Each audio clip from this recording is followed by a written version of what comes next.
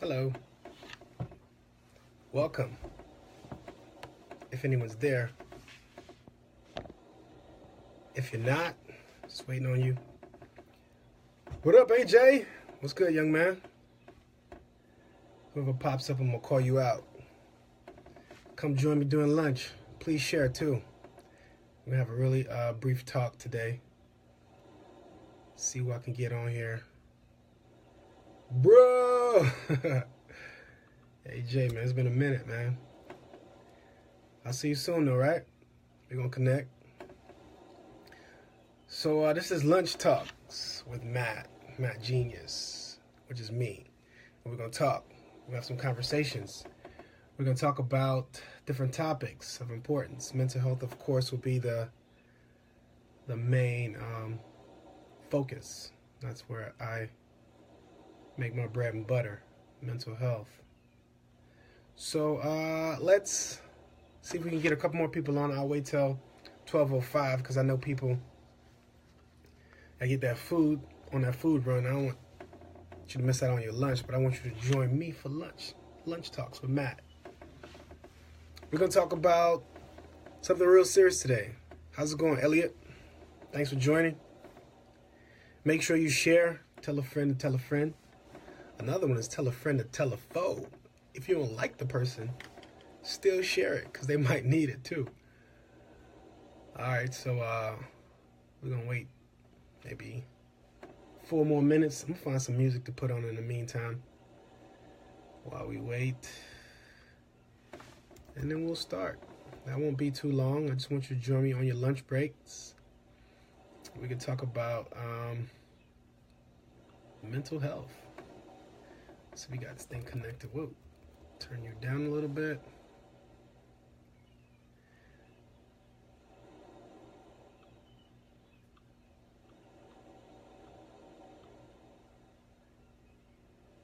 Trust me, your screen is not frozen. I'm here. I'm just trying to work on this simultaneously. So I'm trying to make sure that you guys aren't stranded. Because I'm here. We're here to talk about some good things today. Something really brief, something that's been on my mind, something that's really important for us to have conversations about.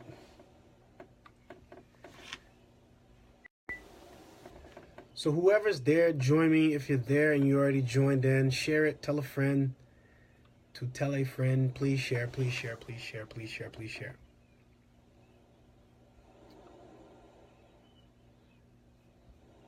We connected. There we go. I'm putting on some.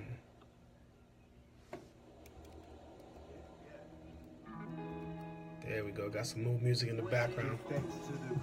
Yeah. Hey. All right, man. We got 2 more minutes. I'm gonna wait 2 more minutes. Then we're gonna get going. AJ, man, you need to make it down here to South Florida. You need to connect. We got Sam down here. Jermaine is down here. Al is down here. You can come down, man. We'll have a good time. Catch up. Glenn is down here. Come on down, man. It's only like a 3.5 hour drive, I believe. Maybe 4 hours. I'd love to connect with you, man. So, all your bros, man. That's right. We're here.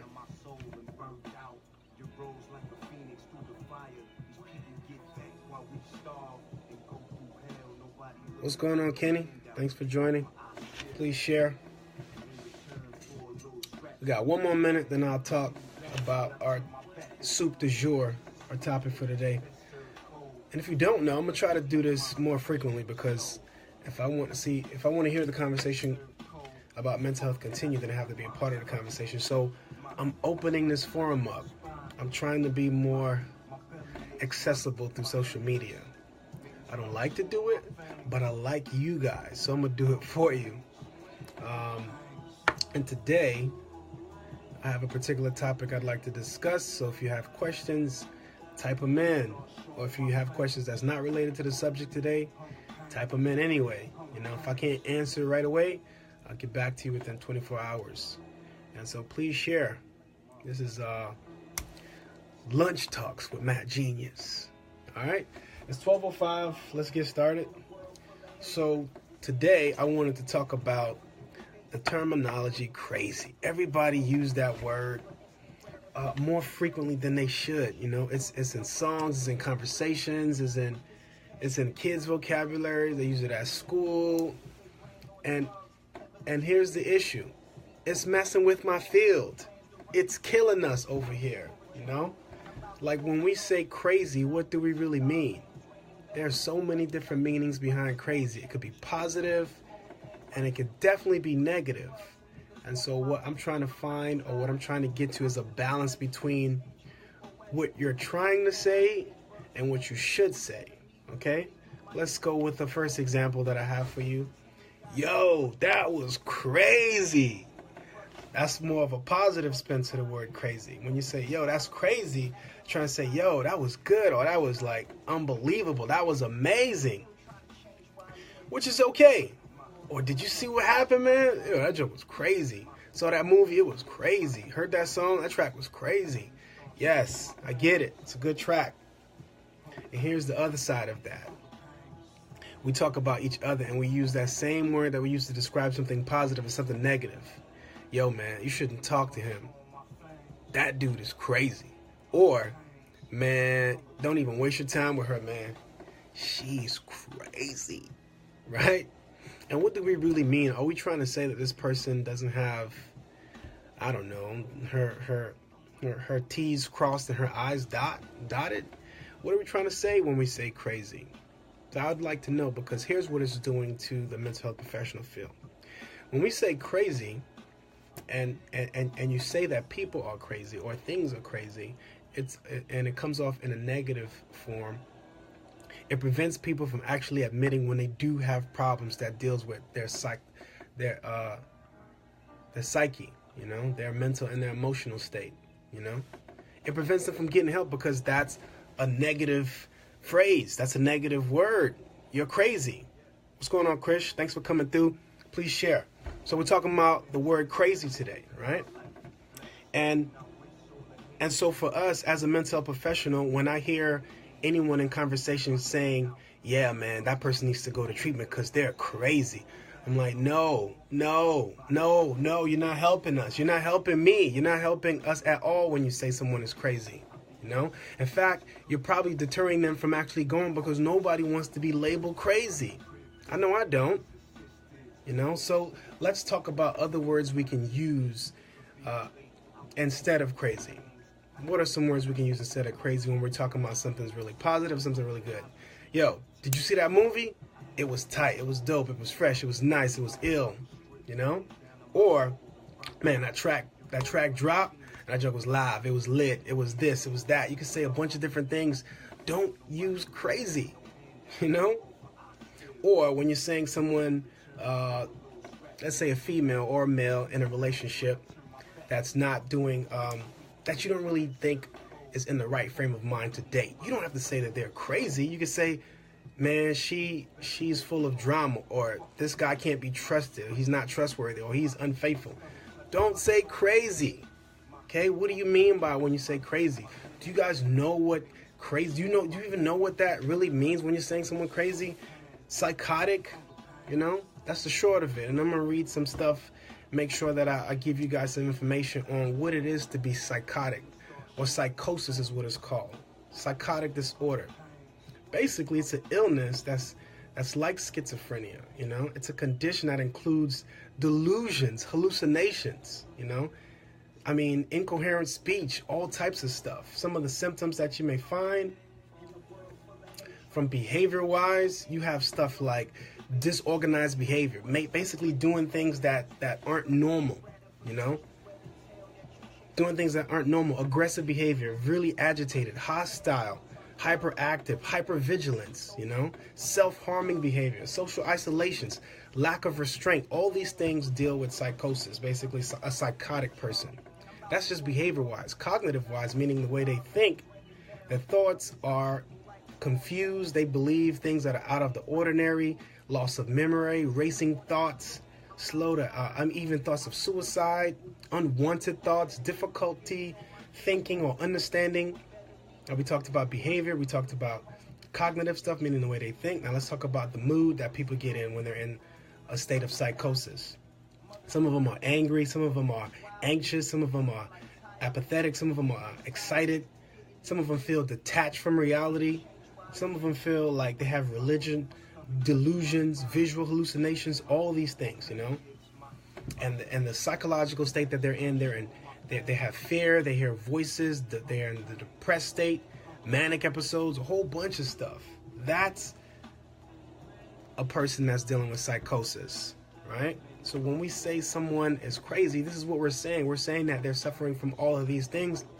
And it may be that the person is just depressed, or just one of these things, maybe just anxious, or maybe just grieving, or maybe have some emotional issues that they haven't taken care of.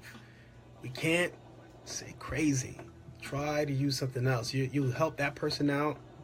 You help yourself out because you look more intelligent, and you help me out. You help my field out by saying something different than saying crazy. I know. It's already in your vocabulary. It's a default word.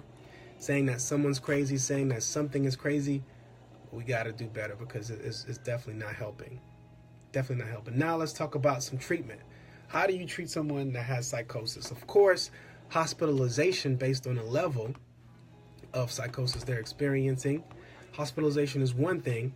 Medication, medication is important to talk about as well to reduce the symptoms. It just reduces the symptoms. It doesn't necessarily change the state of being that the person is in. And there's a laundry list of medication that a person can take if they're dealing with heavy psychosis, psychotic behavior. Some therapy types that you can use, of course, cognitive behavioral. This therapy is talk focus, on modifying negative thoughts, behaviors, and emotional responses. And there's psychoeducational, basically educating the person about their state. The more they understand it, the more they can treat it, the more they can address it.